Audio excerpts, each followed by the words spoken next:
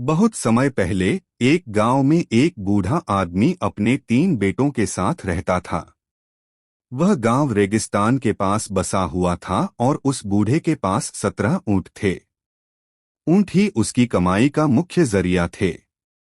वह ऊंटों को रेगिस्तान में सामान ढोने के लिए किराए पर देता था। एक दिन उस बूढ़े का निधन हो गया। उसने अपनी वसीयत में अपनी संपत्ति तीनों बेटों में बांट दी थी। जब अंतिम संस्कार और अन्य रस्में पूरी हो गईं, तब तीनों बेटों ने वसीयत पढ़ी। उनके पिता ने अपनी पूरी संपत्ति को 3 हिस्सों में बांट दिया था, लेकिन ऊंटों का बंटवारा कुछ अलग तरीके से किया था।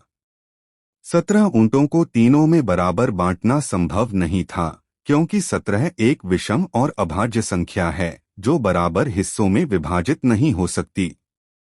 वसीयत में लिखा था कि बड़े बेटे को 17 ऊंटों का आधा हिस्सा मिलेगा, दूसरे बेटे को 1/3 हिस्सा और सबसे छोटे बेटे को 1/9 हिस्सा। तीनों बेटे वसीयत पढ़कर हैरान हो गए। वे समझ नहीं पा रहे थे कि 17 ऊंटों को कैसे बांटा जाए। 17 का आधा या तीसरा हिस्सा निकालना संभव नहीं था। वे कई दिनों तक सोचते रहे, लेकिन समस्या का हल नहीं मिला। आखिरकार वे गांव के एक समझदार व्यक्ति के पास गए। उस समझदार व्यक्ति ने उनकी समस्या सुनी और तुरंत एक समाधान ढूंढ निकाला। उसने कहा, सभी 17 ऊंट मेरे पास लाओ।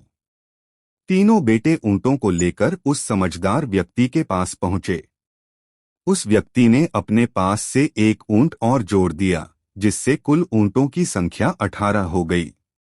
अब उसने बड़े बेटे से वसीयत पढ़ने को कहा। वसीयत के अनुसार बड़े बेटे को 18 ऊंटों का आधा हिस्सा यानी 9 ऊंट मिलना था। बड़े बेटे ने 9 ऊंट अपने हिस्से में ले लिए। अब बचे 9 ऊंट। फिर उस समझदार व्यक्ति ने दूसरे बेटे से वसीयत पढ़ने को कहा। वसीयत के मुताबिक उसे 1/3 हिस्सा मिलना था।